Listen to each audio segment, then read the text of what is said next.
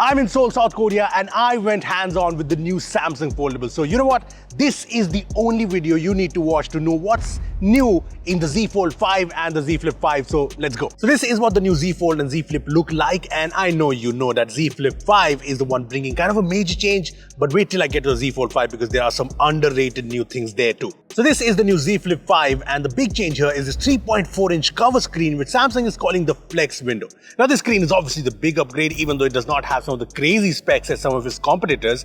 And in comparison to the Z Fold4, it is a big upgrade. It's way bigger and unlocks a lot of new features. You can see the notifications with the right swipe, check out the quick settings from the top, open up Samsung Pay from the bottom, and the right has a lot of widgets, which obviously are more functional and look better on this bigger screen. I also like this cool gesture to see all the widgets at once and go to the one you want to quickly. Kind of like multitasking on the screen. There are also a ton of cool new wallpapers for the screen, and I like that some of the new wallpapers show you some info and shortcuts, and you can customize each and every wallpaper. The bigger screen also shows you a better camera preview now, and you get all the controls, be it in photo mode or video mode. You can even check your photos quickly right here. Now this screen is nice, and you can do things like dialing a number with a full-fledged dialer, replying to text from the screen with a full QWERTY keyboard. But one thing missing is the ability to run dedicated apps on the cover screen, which is a trick Samsung might have missed, but I want to know from you, are dedicated apps on the cover screen useful or a bit of an overkill? Apart from this screen, the Z Flip5 is slimmer. This is 15.1mm thick when folded, while the Z Flip4 was 17.1mm. There's also a new hinge design which felt more solid in my brief usage, but more importantly,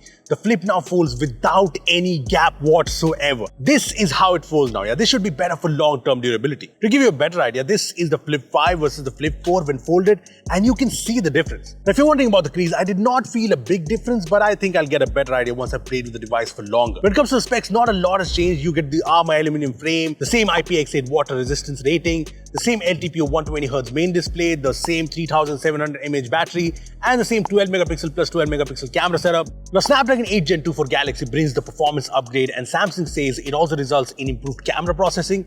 On the software front, it has the new One UI 5.1.1 update based on Android 13, and the Z Flip5 also comes in this new mint color along with black, white, and lavender, and I think this mint looks nice. Okay, so let's talk about the Z Fold5 now. So the Z Fold5 comes in a new blue shade, which is pretty looking, and like I said at the start, it has some underrated changes. See, what's that one big quirk in foldables? It's the thickness and the weight. Now, the Z Fold5 does not exactly solve that, but it does make things better. See, it's 13.4mm thick when folded compared to 15.8 in the last gen, and Samsung actually managed to cut down 10 grams of weight to bring the weight to 253 grams. Now, all of this might not seem a lot, but it does help with the in-hand feel. And with this too has the new hinge mechanism, and that means this too folds gapless like this. I mean, the gap in the last gen is even more noticeable when you see how neatly the new Fold folds. Now, as for the crease, it's still there. You can see it from the angles, you can feel it, but the new hinge design is set to bring more durability.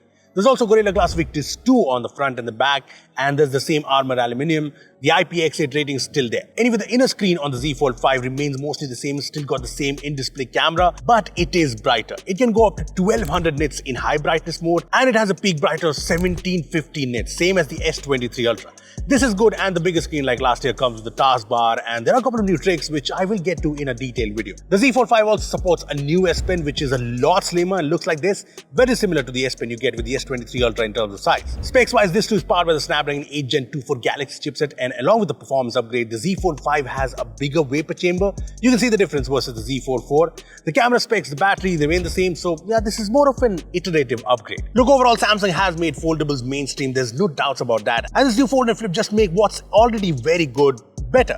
And right now the upgrades seem to be about refining the foldable design, be it with the new hinge or the new bigger display on the Flip.